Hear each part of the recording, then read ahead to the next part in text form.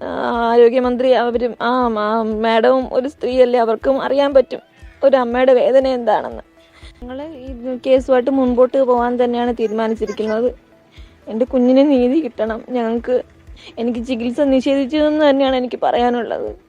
ഒരുപക്ഷെ 16-ാം തീയതി ഞങ്ങൾ ഡോക്ടറെ കാണാൻ പോയപ്പോൾ അന്ന് തന്നെ അവർ സ്കാനിങ്ങിലെ തകരാറ് കണ്ടിട്ട് ഞങ്ങളുടെ കുഞ്ഞിനെ പുറത്തെടുത്തായിരുന്നുണ്ടെങ്കിൽ ഇപ്പം എൻ്റെ കുഞ്ഞ് എൻ്റെ കൂടെ ഉണ്ടായിരുന്നേനെ.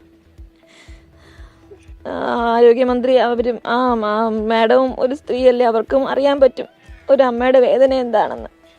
9 മാസം വരെ കുഞ്ഞിനെ വയറ്റിൽ ചുമന്നിട്ട് ആ കുഞ്ഞില്ലാതെ വീട്ടിൽ പോകേണ്ടി വരുന്ന ഒരവസ്ഥ ഞങ്ങളുടെ ഡോക്ടറിന് ഞങ്ങളോട് ചെയ്ത ഒരു ക്രൂരത തന്നെയാണ്. ആശുപത്രിയിലെ ഗർഭസ്ഥ ശിശുവിന്റെ മരണത്തിൽ പ്രതികരണവുമായി കുട്ടിയുടെ അമ്മ ആശുപത്രിയിൽ ചികിത്സ നിഷേധിച്ചത് കൊണ്ടാണ് തന്റെ കുഞ്ഞിനെ നഷ്ടപ്പെട്ടതെന്ന് പവിത്ര പറഞ്ഞു. ശസ്ത്രക്രിയയിലൂടെ കുഞ്ഞിനെ പുറത്തെടുത്തിരുന്നുവെങ്കിൽ ജീവനോടെ കിട്ടിയേനെ.